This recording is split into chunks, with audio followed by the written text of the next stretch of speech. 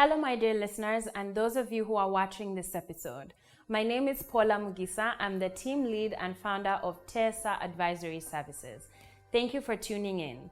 This episode is proudly sponsored by the Works Reception at the Latitude Zero Hotel in Makindye. This is episode 5 of the business tool workshop titled Naming Your Business International or Africa Something or Something. This is an episode about the importance of identifying your brand carefully, starting by choosing the right business name and progressing from there to organically grow into your long-term business aspirations. As with each episode, I'm going to give you the what, so a story or example, the work, the exploration I want you to do to discover some answers, and a tool that you can use to record and extract practical activities that you can implement today. A brand is a particular type of product or service manufactured by a company under a particular name. Like many of you, I have witnessed a lot of cringe-worthy branding mistakes adopted by people genuinely trying to make it in business. All the way from how we name our businesses, using Gmail and Yahoo as business emails, and listing multiple professions on a single business card. It is both scary and horrendous. Have you ever noticed the difference in branding between Ugandan manufactured tea and Kenyan manufactured tea? Our tea is both basic in aesthetics and functionality. Kenyan manufactured tea is packaged in a really attractive way. It offers a wide variety of flavors, and some of it is even packaged in lovely, smooth, tinier pouches that you can carry in your bag or in your pocket. Rather than attempting to discuss some of our branding mistakes in detail, let us highlight one specific one that typically occurs at the start of every business venture. A lot of us have ambitions and dreams. Sometimes we're even brave enough to try and aggregate some of them into a business that we hope to grow, like some of those we see celebrated in the media. The problem comes when we fail to appreciate humble beginnings and the process of growing a business.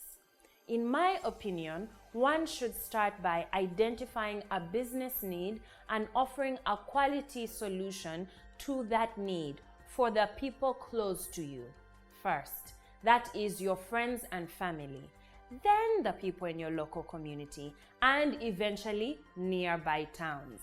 If after a few years your business is fortunate to grow beyond this stage, you may be able to take your products or services national, regional, and even maybe one day international. It is not advisable to name your business Business Ideas Africa or Tomato Growers International or Matovu and Sons Woodworks East Africa.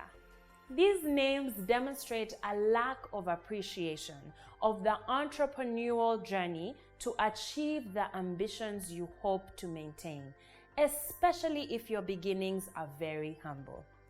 It's like in school. In order to graduate to middle class, you have to complete and pass baby class. In order to graduate to top class, you have to complete and pass middle class, and so on. I think you get my drift. The essence of the business branding game is to prove yourself. How do you become regional or international when your families and friends don't know what you're doing?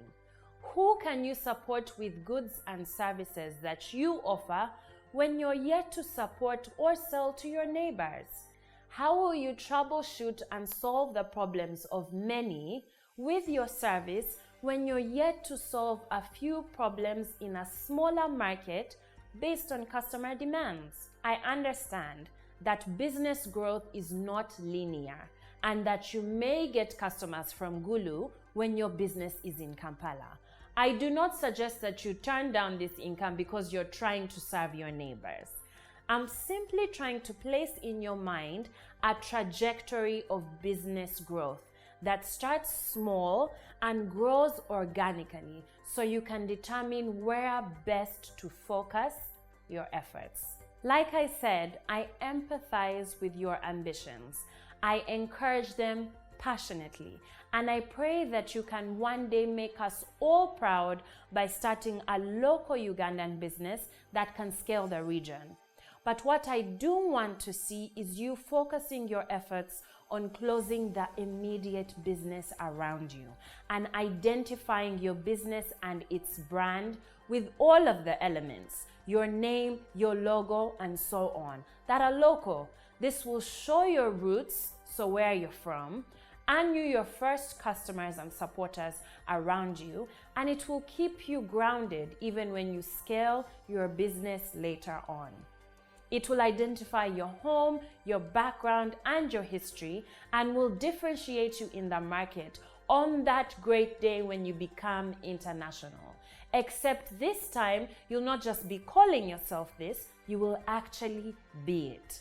An additional disclaimer, I'm a huge fan of business names that are short, sweet, and represent what the company or business wants to do.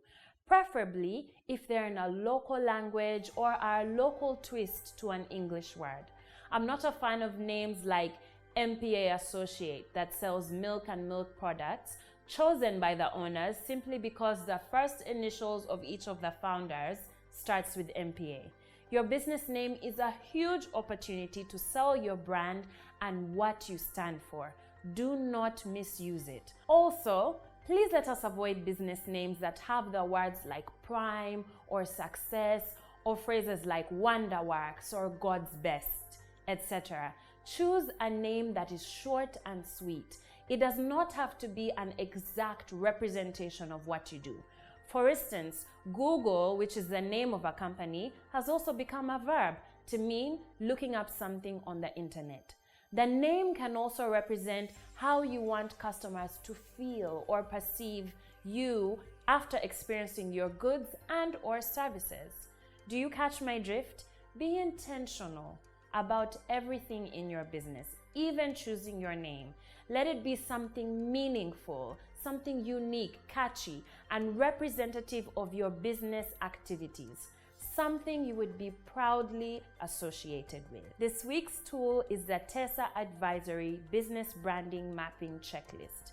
It is a compilation of the basic branding resources every small business should have in order to show up well in the places they want to work and avoid looking as though they are underqualified to serve the people they want to reach. We will go step by step in all the details. Your business name, your logo, what you should look for in a graphics designer, tools to use to design your graphics, the basic business stationery, and how to present proposals. Even whether or not you have a domain name and a website, we'll go into all of that. Head on over to our resource library on the TESA Advisory website to download this free PDF today. This wraps up today's episode. I hope you enjoyed it. Go out there and do things differently and be exceptional. God bless you.